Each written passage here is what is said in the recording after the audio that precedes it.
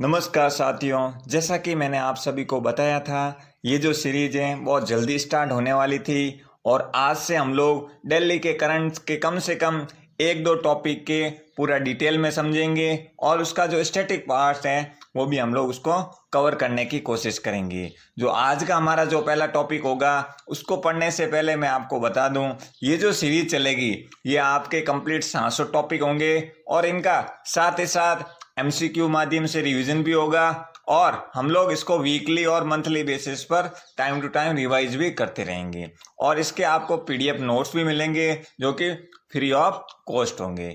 इसके अलावा हम लोग साथ ही साथ जो सी सेट हो या अदर एमसीक्यू टॉपिक की सीरीज हैं वो भी हम लोगों को जैसे जैसे टाइम मिलेगा वो भी हम लोग इसी यूट्यूब चैनल पर फ्री स्टार्ट करने वाले हैं। तो आज का हमारा जो टॉपिक है, पहला टॉपिक है, जो 700 टॉपिक की सीरीज हम लोग लेके आ रहे हैं उसका पहला टॉपिक है वाई 3023 दूनागिरी। इसके बारे में हम लोग पूरा डिटेल में समझेंगे और वैसे तो ये बड़ा टॉपिक नहीं है लेकिन फिर भी हम लोग इसके कुछ इंपॉर्टेंट फैक्ट्स हैं उसको कवर करने की कोशिश करेंगे। जो वाई 3020 दूनागिरी है जो एक प्रकार का क्या है, युद्ध पोष है। इसको हम लोग इसका न्यूज में रहने का क्या कारण है और इससे रिलेटेड किस प्रकार के क्वेश्चन बन सकते हैं उन दोनों को हम लोग समझने की कोशिश करेंगे।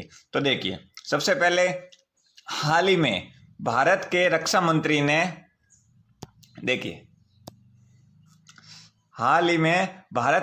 मंत्री ने कोलकाता में garden reach ship builder limited द्वारा निर्मित प्रोजेक्ट 17A, अभी इसके बारे में और जानेंगे। प्रोजेक्ट 17A के वाई 3023 युद्ध पोष दूनागिरी का उद्घाटन किया।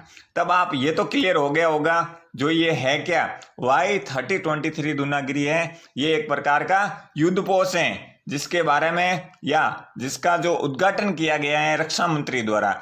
ये आपको नहीं पता रखना है लेकिन अब आपको ये तो कंफर्म हो गया जो वाई 3023 दूनागिरी एक प्रकार का क्या है, युद्ध पोष है और ये किसके द्वारा या किस प्रोजेक्ट के थ्रू किया गया, प्रोजेक्ट 17A। बस ये याद रखना है इसमें। अब थोड़ा देखिए, इसकी इमेज भी आप लोग देख सकते हैं। इसका जो उद्घाटन हो चुका है एक प्रकार का युद्ध पोष है और इसको आप लोग इमेज से समझ सकते हैं या देख सकते हैं। ये आपके सामने अलग अलग रूप में इमेज को बताया गया है, ठीक है ना। तो इसको आप लोग विजुलाइज कर सकते हैं कि जो वाई 3020 दूनागिरी है ये किसके द्वारा प्रोजेक्टेड है, ये प्रोजेक्ट 17A का पार्ट है। तो ये जरूरी है। कई कबार यूपीएससी वैसे तो डायरेक्ट क्वेश्चन फैक्चुअल नहीं पूछता है लेकिन कई कबार साइंस एंड टेक्नोलॉजी का पार्ट है तो डायरेक्ट क्वेश्चन बन जाते हैं और इनडायरेक्ट भी। इसको हम लोग और आगे बढ़ते हैं। अब देखिए, अब हम लोग देखते हैं कि भाई इसका उद्घाटन तो हो गया। अब नेक्स्ट है कि भाई जो ये वाई 3023 जो दूनागिरी है ये है क्या, ठीक है ना। तो एक प्रकार का क्या है, दूनागिरी प्रोजेक्ट 17A का फ्रिगेट्स का चौथा जहाज है। तो अब आपको क्लियर हो गया होगा जो ये दूनागिरी 3023 युद्ध पोष है, ठीक है ना। तो ये सबसे पहले किसका भाग है, प्रोजेक्ट A फ्रिगेट्स का चौथा जहाज है, मतलब ये पहला जहाज नहीं है। तो अब आपको ये भी पता होना चाहिए जो प्रोजेक्ट 17A के तहत 3 और कौन कौन से जहाज का सिर्फ नाम याद रखना है, बाकी डिटेल में कुछ भी नहीं रखना है, ठीक है ना। वो मैं भी आपको अदर 3 है उनके बारे में भी बताने वाला हूं। इसका दूसरा फैक्ट देखिए, दूसरा फैक्ट क्या कहता है, इसका नाम उत्तराखंड राज्य में स्थित एक पर्वत श्रृंखला के नाम पर रखा गया है। तो ये स्टेटमेंट बन सकता है दोस्तों, यदि इस पर कोई क्वेश्चन बनता है या तो डायरेक्ट बन जाएगा कि ये किस प्रोजेक्ट का भाग है, लेकिन आजकल यूपीएससी के क्वेश्चन है इस प्रकार के फैक्चुअल नहीं आते हैं। लेकिन आप लोगों को अगर ये करंट का पार्ट है और इम्पोर्टेंट भी है क्योंकि साइंस एंड टेक्नोलॉजी के क्वेश्चन डिटेल वेराइटी के रूप में आ रहे हैं लेकिन फिर भी आप लोगों को इसके बारे में थोड़ी बहुत इंफॉर्मेशन होना चाहिए, ठीक है ना। अब देखिए नेक्स्ट देखिए,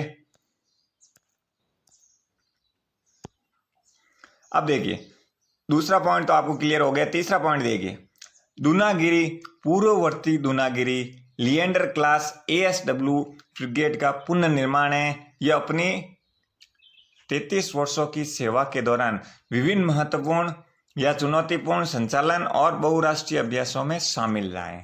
तो ये आप लोगों को याद करने की जरूरत नहीं है, ये सिर्फ एक इसको आप रीड कर सकते हो, ठीक है ना। एक बार मैं वापस बताऊंगा कौन कौन से टॉप पॉइंट्स याद रखने हैं, कौन कौन से नहीं करने हैं, ठीक है ना। अब देखिए चौथा पॉइंट क्या है इसी टॉपिक का, प्रोजेक्ट 17A के तहत पहले 3 जहाज, क्योंकि जैसे कि मैंने अभी आपको बताए हैं कि जो ये तो कौन सा है, चौथा जहाज है, तो ये बाकी वाले 3 कौन कौन से, उसके सिर्फ नाम याद रखने हैं आपको, ठीक है ना। तो सबसे देखो INS नीलगिरी है जो प्रोजेक्ट 17A का भाग है, INS हिमगिरी हो गया और INS उदयगिरी हो गया, ठीक है ना। थोड़ा आज टेक्निकल एरर हो सकता है थोड़ा, ठीक है ना, तो उसको भी आप लोगों को ध्यान रखना है। तो आप लोगों को ये तो क्लियर हो गया जो INS 3023 है वो प्रोजेक्ट A का पार्ट है, ठीक है ना। इसके अलावा ये तो था चौथा, तो इसके अलावा 3 कौन कौन से थे, नीलगिरी, हिमगिरी और उदयगिरी, ये जो 3 है इसका भी ये पार्ट है प्रोजेक्ट A का। तो अब आपको क्लियर हो गया होगा आपको कौन सी चीजें याद रखनी है, और ये जरूर थोड़ा पता रखना है कि उत्तराखंड में के राज्य में स्थित क्या है, एक श्रृंखला के नाम से। कई बार ज्यादा तो नहीं तो टेस्ट सीरीज में आप लोगों को पूछ ही लेगा वो, हालांकि इतने मायने नहीं रखता, लेकिन आप लोगों को थोड़ा बहुत पता होना चाहिए ताकि आपके लिए इजी हो जाए। तो आज का टॉपिक दोस्तों ज़्यादा बड़ा नहीं था, इसलिए मैंने थोड़ा इसको फास्ट भी बता दिया है, और नेक्स्ट टॉपिक होगा उसको हम लोग थोड़ा डिटेल में, जैसा कि टॉपिक पर डिपेंड करेगा किस में ज़्यादा समय देना है किस में कम देना है, क्योंकि ये टॉपिक एक्चुअल था तो इसमें ज़्यादा कुछ बेसिक का कुछ बताने लायक था नहीं, ठीक है ना। तो नेक्स्ट वीडियो हम लोग दोस्तों एक और टॉपिक लेके आ रहे हैं जिसका करंट और स्टैटिक पार्ट आप लोगों को समझाया जाएगा, और उसका MCQ भी आप लोगों को साथ साथ बताने की कोशिश की जाएगी। इसकी PDF है जो आपको टेलीग्राम चैनल पर मिल जाएगी, उसका लिंक है जो आप लोगों को इस वीडियो के डिस्क्रिप्शन में मिल जाएगा। थोड़ा टेक्निकल एरर की वजह से थोड़ा इश्यू हो सकता है, बट धीरे धीरे हम लोग इन सब में सुधार करके आप लोगों को अच्छे से अच्छे कंटेंट प्रोवाइड कराने की कोशिश करेंगे। थैंक यू दोस्तों।